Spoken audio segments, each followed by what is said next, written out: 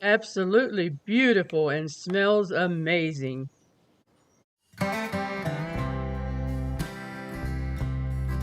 Howdy folks, I am Martha and I'll be doing some kitchen action today. Dorothy will be editing the video and we both welcome you to Hirschberg's Miracle Homestead. The kitchen action we're doing today are Harvard beets, but we're going to also be throwing in a kind of like a what's for supper deal. Here we have a Huntington chicken that we had made for the video a couple weeks ago, and we put some in the freezer, and now we're pulling it out, and this will be part of the meal. Harvard beets will be delicious with that. And then we're also doing some steamed broccoli. But we're going to be showing how to make the Harvard beets, and we'll leave a link for the Huntington chicken. Since it's just a small amount, we decided to use the toaster oven this time. Okay, there's a close-up of the Huntington chicken that's going into the little toaster oven to heat up for our supper. Okay, the ingredients we'll need for Harvard beets are red beets, and we don't have from our garden, so we just let the grocery store help us. You can get it whole beets, sliced beets, or cut beets, and we like the cut beet. So, but any of them will work. We just like the cut beet. The cut beet that's little chunks of beets like that. So in addition to the red beets, we will need red beet juice, which was saved from the red beets, vinegar, butter, margarine, salt, cornstarch, and sugar. All right, we're ready to get the show on the road here. All right, we're going to add our dry ingredients in here first, which is the sugar,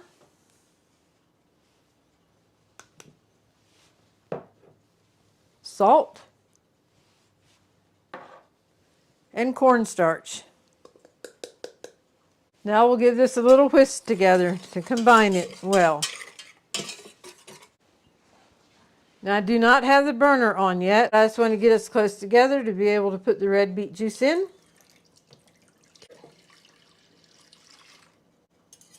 As well as the vinegar.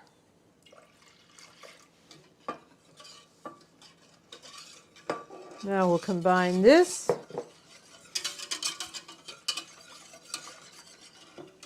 All right, I want to be sure that the edges are gotten good, so I'm going to use one of these spatulas. We're going to cook the red beet juice mixture here until it is thickened. The cornstarch that was added should thicken it. After it is thickened, then we will add the red beets, and that will stay in until it's heated up, and then the butter.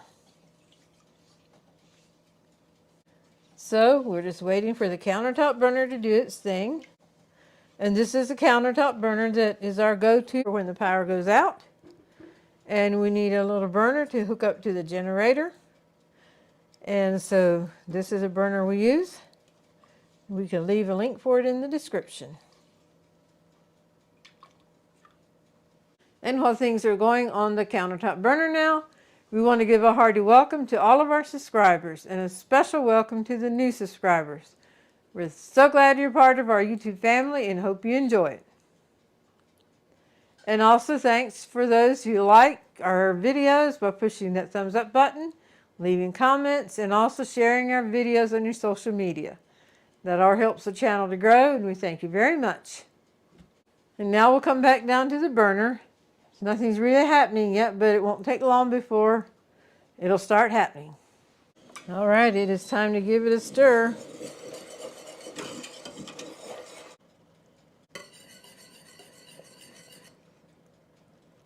And that's what you call a rolling boil. Turn it down a little bit more. We'll stir it while the cornstarch does its thing by thickening it up.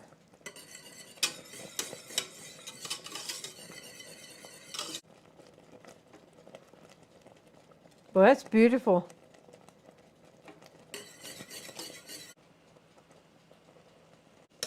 It's no longer liquid like water, but it has thickened up. Give it one more stir and add the beets.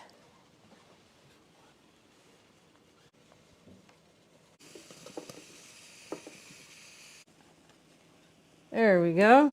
And now I will put the burner back up a little bit because the beets were room temperature going in. We'll bring it back up to a boil till the beets are heated through and through. That is so pretty.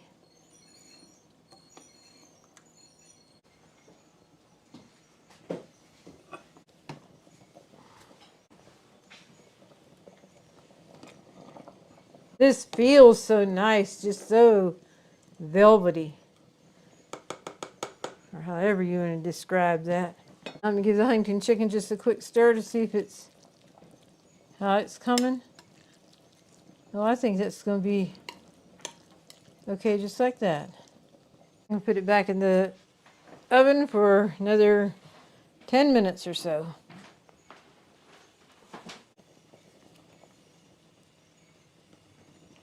Okie dokie, I am ready to take that off the burner, and I will put it over here on the hot pad. And then we'll add the butter or margarine, whichever one you're using. I do have the burner cut off.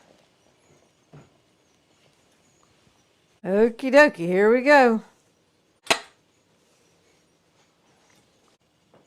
Well, I guess I should have put it in cut it up in little couple chunks. But we'll just stir it until it's all melted.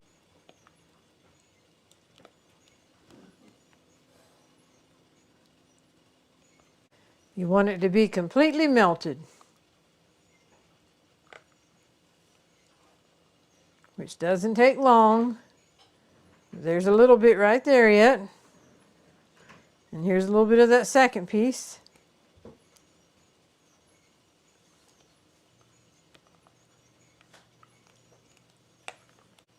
Beautiful.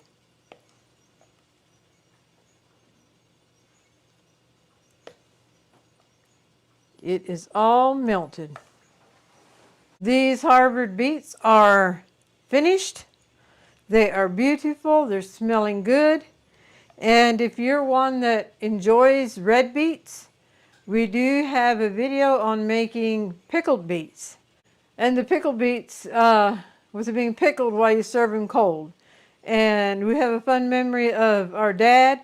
He loved them, and he knew our niece Elizabeth was going to be bringing lunch in the following Sunday, and he requested that he couldn't think of the pickled beets, so he requested the treated beets. So he knew what he wanted. So ever since then, to us, they're treated beets. But we'll leave a link for that video.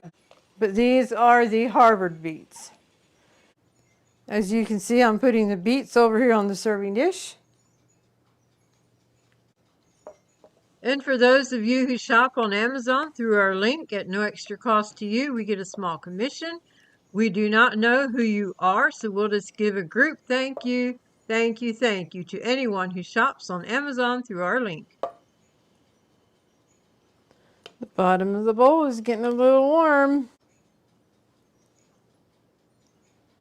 Okie dokie, folks, a beautiful, beautiful bowl of Harvard beets.